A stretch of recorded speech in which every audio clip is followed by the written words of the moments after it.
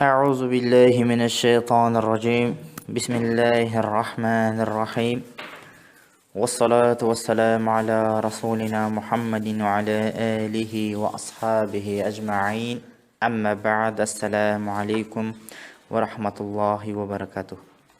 Сұрақ: зина жасаған адамның үкімі қандай?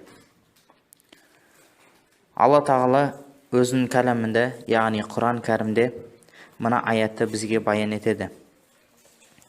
Аузу биллахи минаш шайтанир ражим. Бисмиллахир рахманир рахим.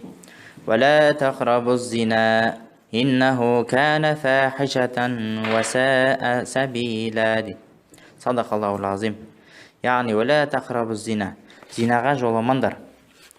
Иннаху, өйткені кана фахишатан ва саа сабилан.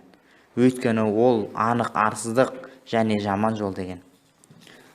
Исра сүресінің 32-ші аятында, яғни зинаның харам екендігін, зинаның жаман жол екендігін естеп тұр, баяндап тұр.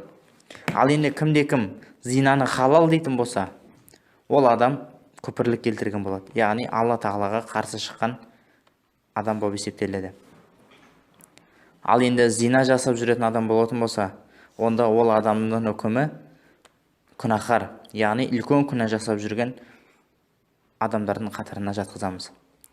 Және зина деген тек қана жыныстық қатынас емес, 12 мүшемен де жасалады екен. Көзбен жаман жерге қарау, тілмен ғайбат сөз сөйлеу, құлақпен жаман өсек аянды есту, аяқпен жаман жерлерді басу, қолмен жаман жерлерге, яғни қолды да жаман жерге пайдалану. Міне осының барлығы зинаға апаратын жолдардан болып есептеледі. Сондықтан да Алла тағала әуелі зинаға жақындамаңдар, яғни зинаға апаратын жолға жақындамаңдар деп не есеп тұр? Бізді зинадан тыйып тұр.